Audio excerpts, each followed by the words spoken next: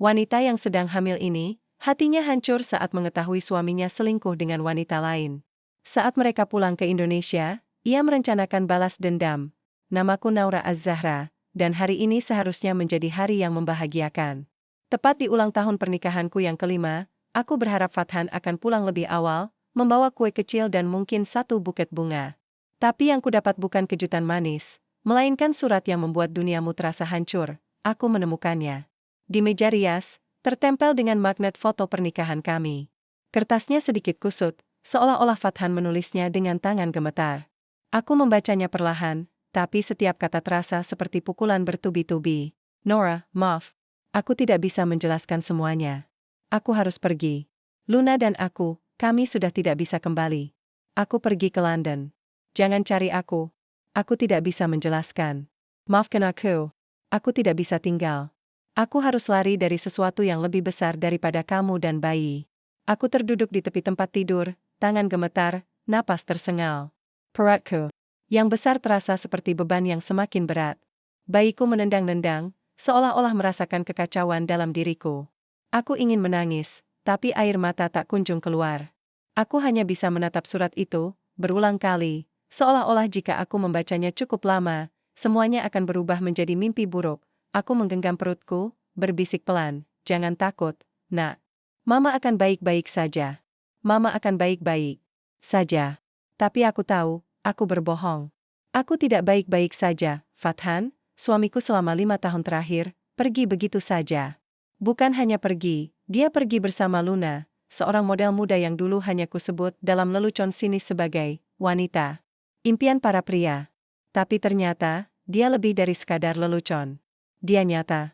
Dan dia berhasil mencuri suamiku. Aku menatap foto pernikahan kami di dinding. Aku mengenakan gaun putih bersih, senyumku tulus. Fathan memegang tanganku dengan penuh cinta. Sekarang, foto itu terasa seperti dusta. Aku mengambil ponselku, mencoba menghubungi Fathan. Tidak aktif. Aku mengecek akun media sosialnya, dihapus. Aku mengecek Luna. Akunnya masih ada, tapi yang terlihat hanyalah foto-foto glamor di London, di sebuah apartemen mahal, dengan seorang pria yang aku tahu adalah suamiku. Aku menutup ponselku dan berdiri. Punggungku sakit, perutku terasa berat. Aku pergi ke kamar mandi, mencuci wajahku, berusaha menenangkan diri. Aku tidak bisa terus larut dalam kesedihan. Aku hamil 9 bulan. Aku harus menjaga bayiku, tapi hatiku hancur. Ketika aku kembali ke kamar, aku melihat surat itu sekali lagi. Kalimat terakhir terus terngiang di kepala. Aku harus lari dari sesuatu yang lebih besar daripada kamu dan bayi. Apa maksudnya? Apa yang sebenarnya terjadi? Aku tidak tahu.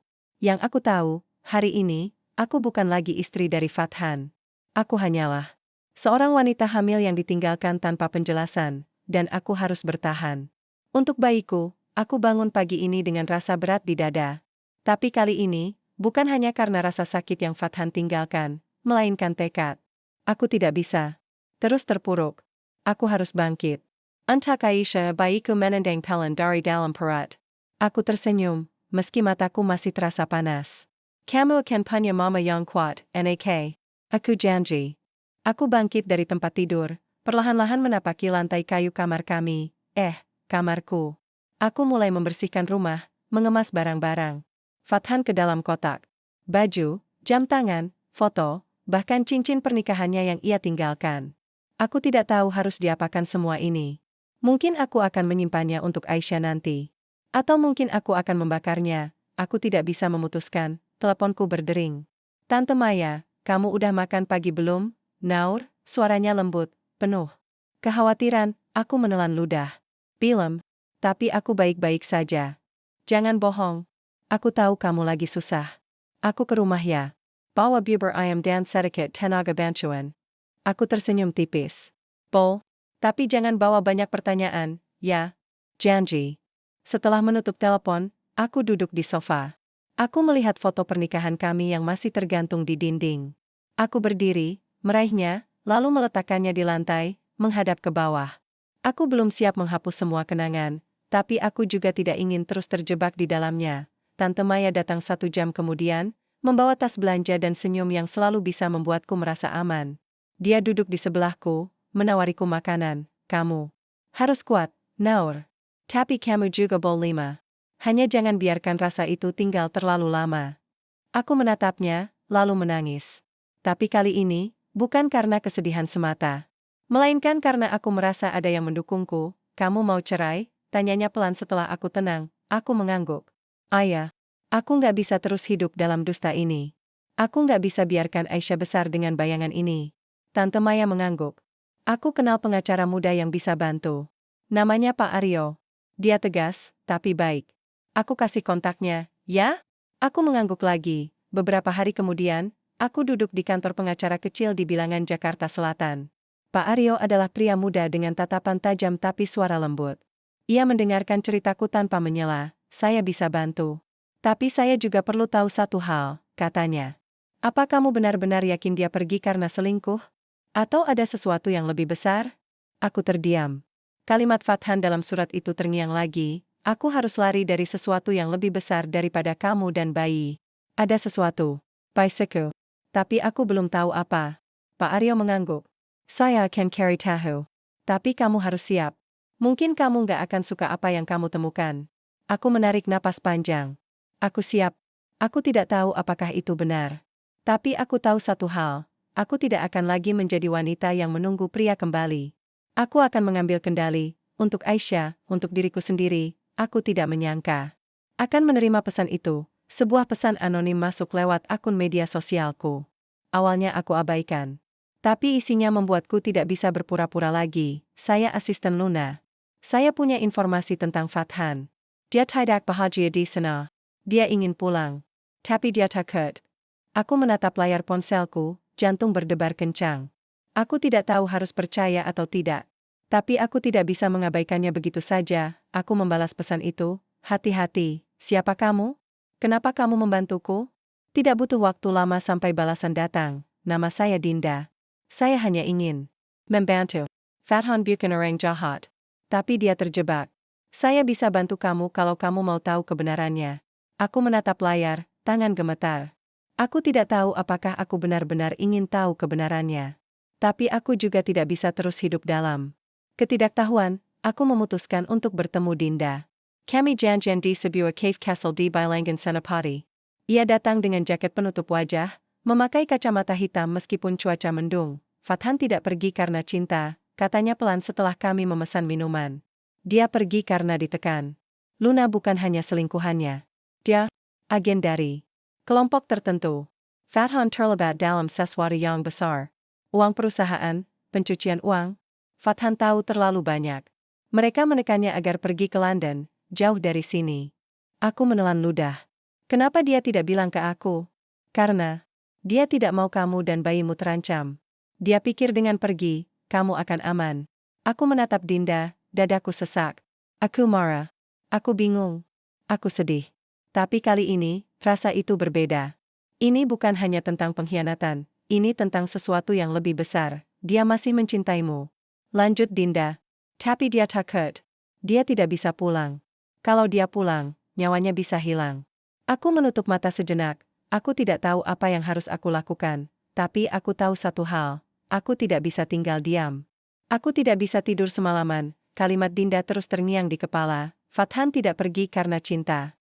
Dia pergi karena ditekan. Aku mencoba mencerna semuanya. Kalau benar apa yang ia katakan, maka Fathan bukanlah pria jahat yang meninggalkanku. Begitu saja. Dia adalah pria yang ketakutan, yang merasa tidak punya pilihan. Tapi kalau itu semua dusta, maka aku sedang jatuh ke dalam perangkap yang lebih besar. Aku memutuskan untuk menemui Pak Aryo lagi. Ada informasi baru, kataku saat duduk di hadapannya. Ia mendengarkan dengan serius saat aku menceritakan semuanya. Pesan dari Dinda, pertemuan di kafe, dan kemungkinan bahwa Fathan terlibat dalam kasus korupsi dan dipaksa pergi ke London. Pak Aryo menatapku sejenak, lalu berkata, kalau ini benar, maka Fathan bukan pelaku utama. Dia mungkin korban. Tapi kamu harus hati-hati. Kalau kamu terlalu dalam, kamu dan bayimu bisa jadi target. Aku menggeleng pelan. Aku nggak bisa diam saja. Aku harus tahu kebenarannya. Beberapa hari setelah itu, Pak Aryo memberiku kabar. Mengejutkan, saya sudah berbicara dengan seorang penyelidik dari Bareskrim. Namanya Kompol Indra. Ia bilang, Fathan pernah diperiksa dalam kasus korupsi di perusahaan lamamu. Tapi ia tidak ditahan. Ia justru membantu penyelidikan. Tapi tiba-tiba, dia menghilang. Pihak penyelidik menduga, ia ditekan oleh pihak yang lebih besar. Aku menatap Pak Aryo, napasku tersengal, jadi, Fathan pergi karena? Karena ia takut. Ia tahu terlalu banyak. Dan mungkin, ia ingin melindungi kamu. Aku menutup mulutku, berusaha menahan tangis. Aku tidak tahu harus merasa lega atau semakin bingung. Beberapa hari kemudian, Luna menghubungiku. Aku terkejut melihat nama itu muncul di layar ponselku. Aku hampir saja menolak panggilan, tapi sesuatu dalam diriku mengatakan bahwa aku harus menjawab. Naura, ucapnya pelan. Suaranya berbeda dari yang kubayangkan, tidak sombong, tidak menantang. Hanya lelah, aku bukan musuhmu, katanya. Aku cuma ingin kamu tahu, Fathan tidak bahagia di sini. Ia ingin pulang. Tapi ia takut. Aku bisa bantu kamu, tapi kamu harus percaya padaku. Aku diam, berusaha menahan amarah dan kebingungan. Kenapa kamu membantuku? Tanyaku. Karena aku bukan musuhmu. Aku juga bukan musuh Fathan. Aku hanya menjalankan tugas. Aku tidak mengerti. Tapi aku mulai menyadari satu hal. Mungkin aku salah menilai orang. Aku tidak tahu apa yang akan terjadi selanjutnya. Tapi untuk pertama kalinya dalam beberapa minggu terakhir, aku merasa ada cahaya di ujung terowongan. Dan mungkin, hanya mungkin, Fathan tidak benar-benar pergi dari hidupku. Hanya saja, ia tidak bisa pulang. Belum, aku tidak pernah menyangka akan melihatnya lagi. Fathan, ia muncul di depan rumahku satu malam, basah kuyup karena hujan. Jaketnya compang-camping, wajahnya pucat, matanya sembab. Ia tidak terlihat seperti pria yang pergi dengan senyum di wajah, ia terlihat seperti seseorang yang baru saja selamat dari neraka. Aku membuka pintu perlahan, jantungku berdebar kencang. Naura, katanya pelan. Suaranya bergetar. Aku pulang. Aku tidak menjawab. Aku hanya berdiri di ambang pintu, memandang pria yang dulu kucintai, yang pernah kubenci, dan yang kini kembali tanpa penjelasan. Ia menurunkan kepalanya. Aku tahu kamu tidak akan memaafkanku. Tapi aku harus bilang, aku menyesal. Aku menyesal sekali. Aku tidak pergi karena aku tidak mencintaimu. Aku pergi karena aku tidak punya pilihan. Aku mendengarkan tanpa menyela. Aku tidak tahu sampai sejauh ini. Aku pikir aku hanya membantu teman lama. Tapi ternyata uang itu hasil dari pencucian. Aku baru sadar setelah terlalu dalam. Aku mencoba keluar, tapi mereka menekan. Mereka mengancam, kamu dan bayi kita. Aku menahan napas. Luna bukan selingkuhanku. Dia agen penyelidik. Dia menyusup. Dia membujukku untuk pergi ke London agar aku bisa selamat. Mereka pikir aku akan bungkam kalau jauh dari sini. Aku berpura-pura setuju. Aku membantu dari dalam. Tapi aku tidak bisa pulang sampai sekarang. Aku menatapnya, dadaku sesak. Kenapa kamu tidak bilang ke aku? Suaraku parau, karena aku takut. Aku takut kalau kamu tahu, kamu akan jadi target. Aku tidak bisa hidup dengan itu. Aku lebih baik pergi, biar kamu aman. Aku diameter aku engine marah. Aku ingin membencinya. Tapi aku tidak bisa, karena di balik semua luka dan dusta, ia masih pria yang mencintaiku. Hanya saja, ia memilih melindungiku. Dengan cara yang salah, kamu tidak bisa begitu saja menghilang, bisikku. Kamu tidak bisa meninggalkan aku sendirian. Aku menangis. Untuk pertama kalinya, bukan karena benci, tapi karena kehilangan. Karena waktu yang terbuang. Karena rasa takut yang membuat kita terpisah. Fathan menangis juga. Maafkan aku, Naura. Aku janji, aku tidak akan pergi lagi. Aku tidak menjawab. Aku tidak tahu apa yang harus aku katakan. Karena meskipun aku tidak membencinya lagi, aku juga belum bisa menerimanya kembali. Tapi aku tahu satu hal. Aku tidak akan lagi terjebak dalam kebencian. Aku akan berdiri. Entahku. Entah Kaisha. Dan mungkin, suatu hari nanti, untuk kami berdua lagi. Aku tidak pernah membayangkan akan melahirkan dengan perasaan seperti ini. Tidak ada Fathan di sampingku saat kontraksi pertama datang. Tapi ia ada di luar ruang operasi, menunggu dengan cemas, meskipun ia tahu ia tidak lagi berhak berada di sana. Aku membiarkannya datang, bukan karena kami kembali bersama, tapi karena aku ingin Aisyah tahu bahwa ayahnya selalu ada. Bayiku lahir di pagi yang mendung, dengan tangisan lantang yang membuat hatiku hangat dan hancur. Sekaligus, aku menatap wajah mungilnya, mata masih tertutup, kulitnya lembut seperti kapas. Aku menangis, bukan karena sakit, tapi karena akhirnya, setelah semua rasa sakit, kebencian, dan keraguan, aku menemukan makna sebenarnya dari kekuatan, bukan untuk membalas, Tapi untuk bertahan, namanya Aisyah, bisikku pada perawat. Aisyah Zara. Sebuah doa. Sebuah permulaan baru. Fathan tidak mengatakan apa-apa saat ia melihat Aisyah untuk pertama kalinya. Ia hanya menatapnya dari balik kaca, dengan mata berkaca-kaca. Aku tahu ia ingin menyentuhnya, memeluknya, menjadi ayah yang ia impikan.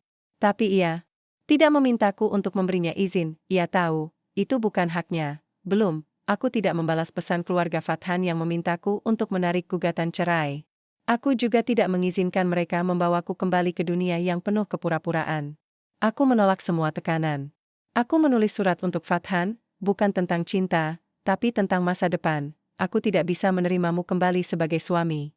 Tapi aku tidak akan menghalangimu untuk menjadi ayah yang baik untuk Aisyah. Beri aku waktu.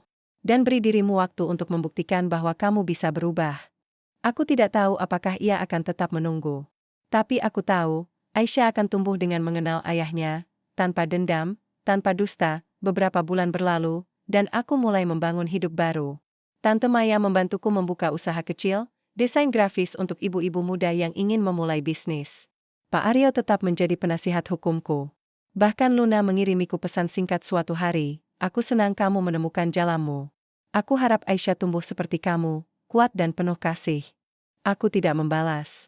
Tapi aku tersenyum, karena untuk pertama kalinya, aku merasa damai. Aku tidak lagi terjebak dalam rasa sakit masa lalu.